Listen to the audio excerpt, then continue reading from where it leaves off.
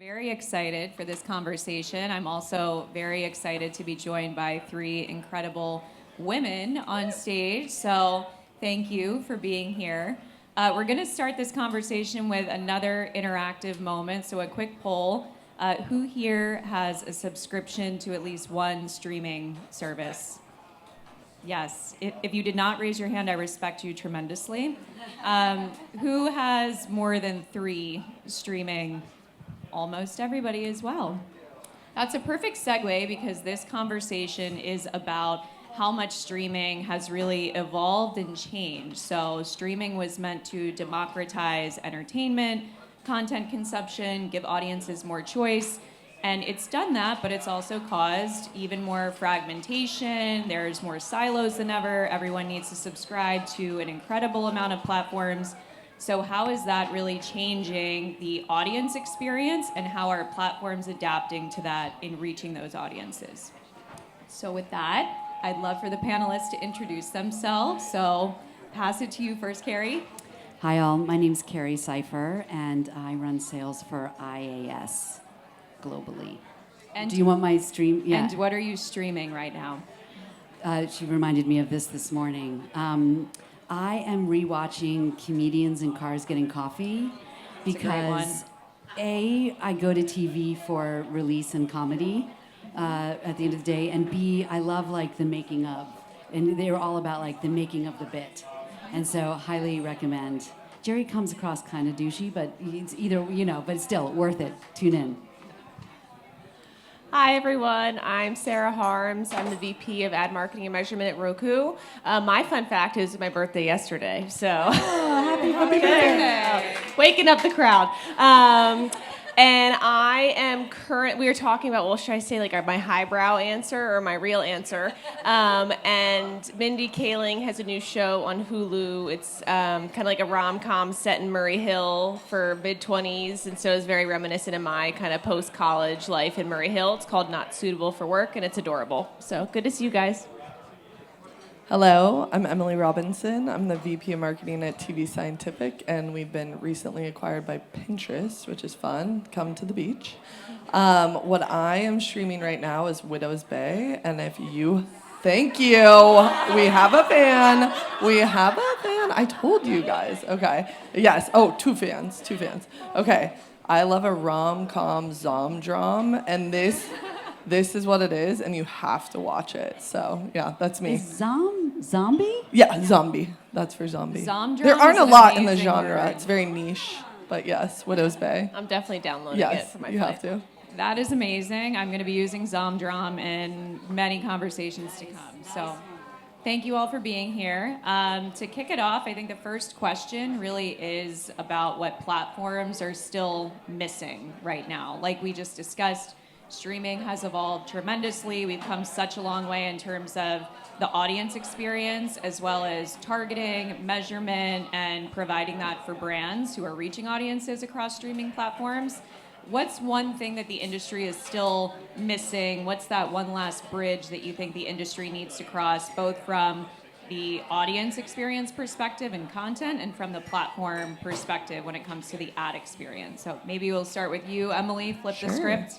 Yes, so I think one of the things that's missing is I still hear a lot of people saying that they're not getting targeted the right ads that they want to see. Oh, I saw this ad over and over and over again. And I think that they're not understanding that Gen Z is not adverse. They actually want to see ads, but 53% of them actually want to see ones that are relevant to things that they care about. So just not really prioritizing that and how they're serving the ads and thinking about that consumer experience is a gap right now. Makes a lot of sense. Sure. Along those same lines, I think for still a misconception about streaming, I thought you fell. I was going to drop it. I didn't want to be a zom. A misconception about streaming is that there's no ads. Like I think initially they thought of streaming as SVOD, but so much of streaming is actually ad supported. And to your point, I think we're seeing some bad behavior of the dollars moving over from linear and trying to just kind of hack that to replace it. But streaming is lovely because it's digital infrastructure with addressability, and so why not make it big, beautiful creative on a beautiful TV screen, but much more performant and addressable. And so I don't think we're quite there yet, but streaming certainly does equal advertising. And so I think that's such a misconception that we're really trying to solve and really prove wrong.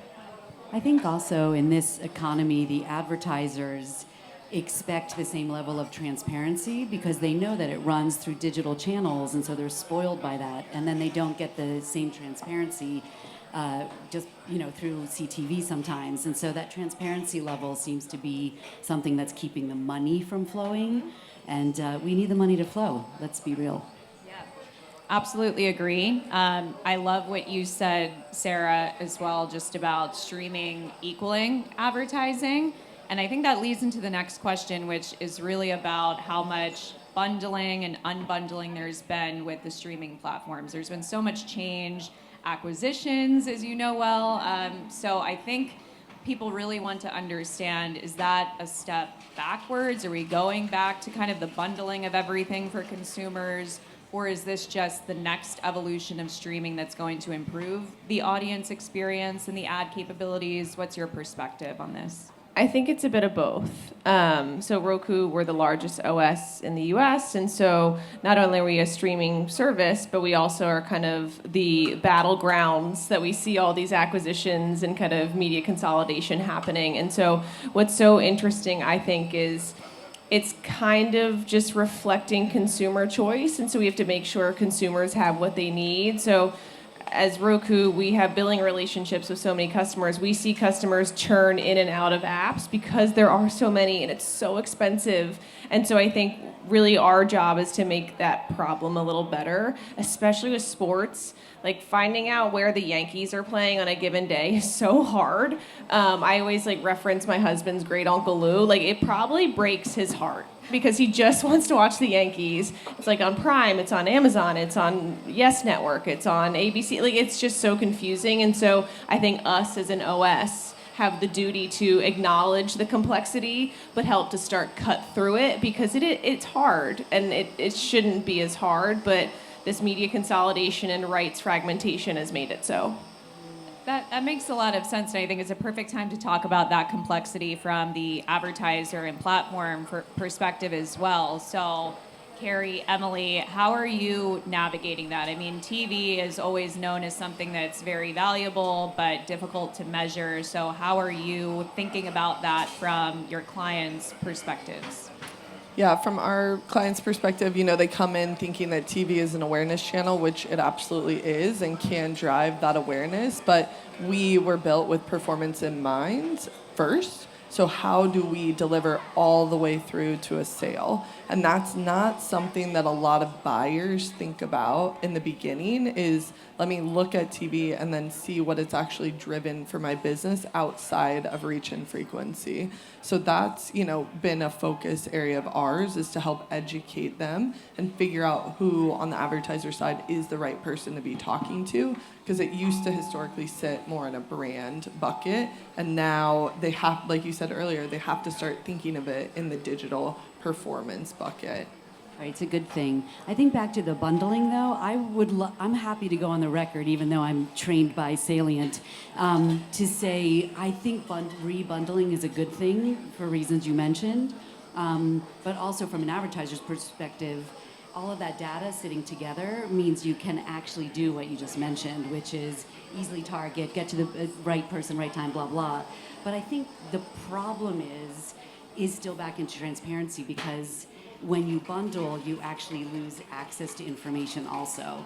And so I'm with IAS, we're in the business of sort of protecting and giving people performance metrics off of that protection layer. And we built a product called Total TV, where I'm not pitching, but the only reason I bring it up in this context is because it basically allows you to look across the board. So whether things are bundled or unbundled, we'll be able to look at it by genre, by show, by geo, et cetera, and basically tell you what the heck is going on. Because I think that measurement layer is also, you want to target at the top, but also the measurement's got to get easier. And I think that's definitely what advertisers have always expected and wanted from CTV, as well as more relevance for the audiences that they're targeting. So how are you thinking about balancing transparency and giving advertisers that complete view into the audience while making sure that the audience experience across all of these different platforms is consistent, relevant to them? How are you thinking about that more from almost the targeting and creative perspective, all three of you? Maybe Sarah, if you want to kick it off. Sure. I mean, for Roku, everything has to be so consumer-led. And so as we build solutions for advertising and for advertisers, we have to take tremendous care of our consumer relationships, and we take great pride in that. And so whether that be greater addressability with the audience that we have, or better creative because of insights we glean from viewership, I think that's where hopefully their relationship to their TV and the experience is better because we have taken that care. And that's where I think probably the four of us are trying to kind of educate the buy side to make sure they take their behaviors from TV and apply some of the best practices of digital to really kind of handle that with care. So not frequency bombing, not having irrelevant ads. And so I think that's what's so exciting about streaming is it's the best of both worlds. Absolutely. Thoughts from the platform side of things? You know what's interesting about the best of both worlds, though, is if the org design from the buyer is not blended or they're not working well together, you're doing a lot of calls to try and get it across. And so I think as you swim sort of up from this, I pay a lot of attention to the org design on the client side to see, like, all right, who's placing the CTV buy? Is it TV, is it digital, or do they have a blended model? Which helps a lot from the measurement. But I just wanted to go on the record again as saying I think measurement's come a long way. I don't think it gets enough credit. IAB has done a lot of work to put standards out there that we all adhere to and consult on. And you can measure a lot. I think it sometimes overwhelms some of the TV buyers because they don't know what to do with it. But a lot of these agencies now have infrastructure to ingest the data and really do some cool stuff with it. Well, I think coming back to like buyers, I think I think measurement has improved. I still think, to your point, kind of strategic channel allocation is hard, and media mix modeling and streaming don't jive perfectly. And so I find that MMM models for linear or digital are applied, and it makes streaming look pretty weak. Where we all know that it can drive tremendous performance, and it should be kind of a full funnel tactic. So I just think we have come a long way with kind of true addressable measurement, but planning systems and media mix modeling still need some work. And I think that's kind of that last bridge we've been talking about. Emily, were you going to add something? Yeah, just for transparency purposes, every client has a different campaign that they want to run on CTV too. So it's how do we partner with them and educate them? Okay, you should do a geo report here. You should, run a halo report, incrementality. What makes sense for you? How do I build trust with you based off what you want to do? And then let's work together to measure that in a way that I can report it back to you and you can feel good sharing it with your CFO. We spent the dollars here and this is what it delivered. That's a perfect segue in speaking about trust, right? So I think that there's a fine line when it comes to the audience experience. You want relevance of ads, you want to feel like they are speaking to you, but you also want to feel like your preferences are being respected, that you trust the brands and the advertisers and the platforms that you're interacting with. How do you think about trust when it comes to balancing, giving brands as much insight, measurement, ability to drive outcomes as possible, while also ensuring that there's that level of trust with audiences? Yeah, I think privacy first. Now I'm in a new world. We, consider that. Let's make sure that people feel like their information is safe and that you're not, kind of finding them as a person. So always respecting that no matter what. But then leveraging the data and information that you have. So for us now, we're able to access Pinterest data. So we actually know what you're interested in, and then we can serve that. And we see that 83% of people are making a purchase while watching a show. So they actually genuinely want that. They want that experience. So I think I think the trust is already kind of built in. I think consumers understand the value exchange a bit more than I think I was even giving them credit for. Especially sort of millennials down. Sorry to say it, but they they know trade-offs so well. Like, I mean, I have teenage kids, they spot AI, and they understand I either pay or the advertiser pays. And these are like 16-year-olds educating us about the marketplace. So I do think that sort of works. I will say that that's probably why layers like ours are important, though, because there is so much data flowing. And I read from eMarketer that 56% of the reason people don't buy is because they don't have the transparency or the trust in the numbers they might be getting from a single media partner. And so when you start to bundle and you start to merge things together, or you add a layer like ours, we can help verify what someone's saying, and then again, the revenue starts to flow. Absolutely, and I think a related concept to that is quality as well. Trust and quality are kind of these nebulous terms. They're used a lot in advertising. They're used a lot in terms of streaming experience as well. Maybe starting with you, Sarah, when you think about quality, what is your kind of philosophy, benchmark when it comes to how you're serving your audiences as well as your partners? It reminds me of my agency days. Like, what is premium? It's very similar. Like, we could go all day trying to define it. I mean, I think we've touched on a lot of the tones of my answer here, which is consumer trust and responsibility, but addressable, and then kind of engaging advertisements. I think something else that's exciting is, as streaming becomes more full funnel, there's formats that can kind of actually drive true performance. I say it all the time, but I don't really carry a wallet anymore. My phone is my wallet. I don't think we thought that would be the case 10 years ago. I also don't think we thought that people would be buying products off their TV from creatives, and we're seeing it every single day on Roku. And so I think advertisers, as they evolve their models, they'll just want to make sure it is addressable, both on planning and measurement, but also drives true outcomes in a kind of delightful experience. So when we think about the future, like you just referenced, with us all using our phones as our wallets, which I absolutely do as well, we spoke about it a little bit earlier in the conversation, that there is going to be continued bundling, unbundling. We've seen so much of that over the last year. We're also seeing how platforms are becoming content platforms, advertising platforms, advertising and measurement platforms. So how do you see that evolving? Do you think that it's going to be that everyone in the space can do all three, or there's still going to be, silos and niches for what everyone brings to the space? How do you see that changing?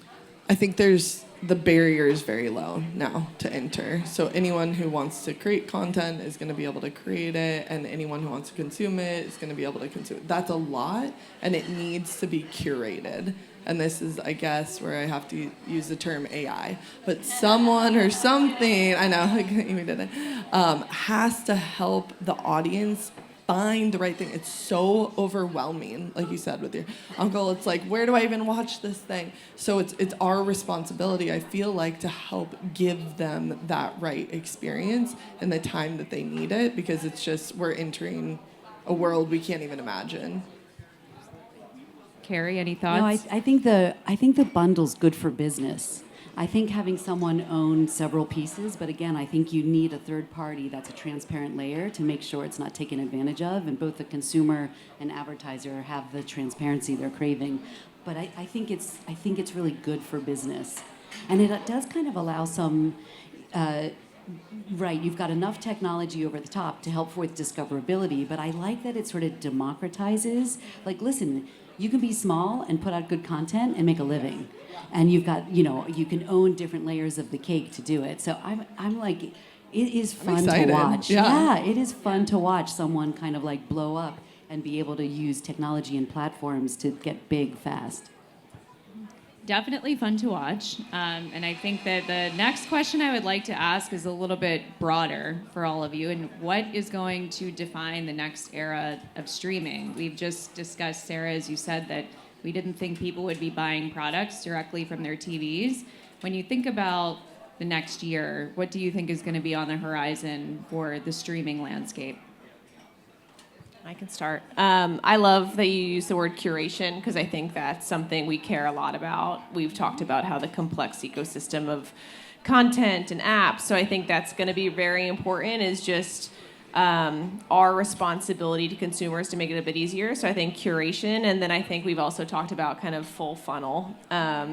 I think streaming is a tremendous kind of marketing tool for all levels of the funnel, and I think we'll just see that continue. And so when you think about kind of planning and channel allocation, I think there's a world where we, of course, get the TV dollars, but do we start to carve out social dollars because it's driving the performance and that has the machine that they've come to expect from social?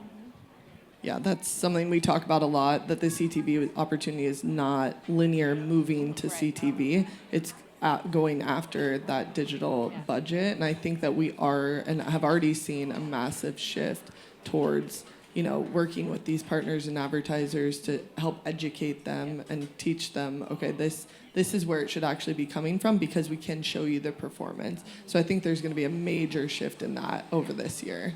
Especially with influencers rising up, the charts.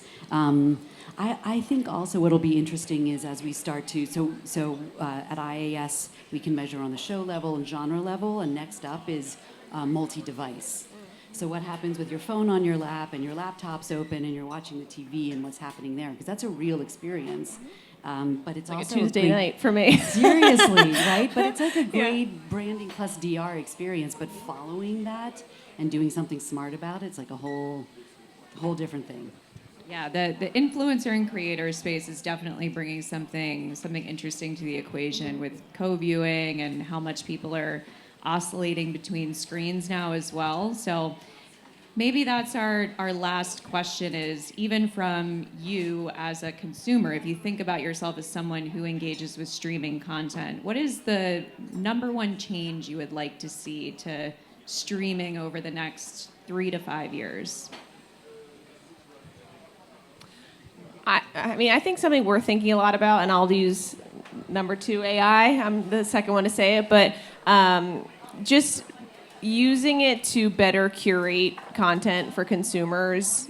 Widow's Peak, Widow's Bay. Widow's Bay. Yeah. But knowing her viewer behaviors, like start to recommend other zomcoms. There's like 2 of them maybe. No, but I just think it's grown so much and it's gotten so complicated that it has to get simpler for consumers. And I think the only way to deal with that explosion of content, both kind of professionally produced and creator, is using AI to help better serve the content that will resonate with the audience. So I think that's a really big change that we'll see just to make it easier. Well said. Any final thoughts? +1. +2, yeah. Said perfectly. I couldn't agree more. I think it's a great time to open it up to questions. Does anyone have anything they'd like to ask this esteemed panel? She's like, don't call me. What else should we be watching? I need recommendations because it's not. Yeah, you want one? I think we've all looked forward to show level data. And what are you seeing that's interesting, whether it's an anecdote or what you're predicting going forward? I got you. IAS Total TV up in here. See Cypher at integralads.com. Bye. Perfection. I'm here to pitch. It's Can. Why not, right? Yeah. Well, thank you so much for taking the time out of your morning to join us. I thought this was an amazing conversation, and thank you everyone for spending time listening. Thank So- you, Katie. Thank you. Great. Host, yeah.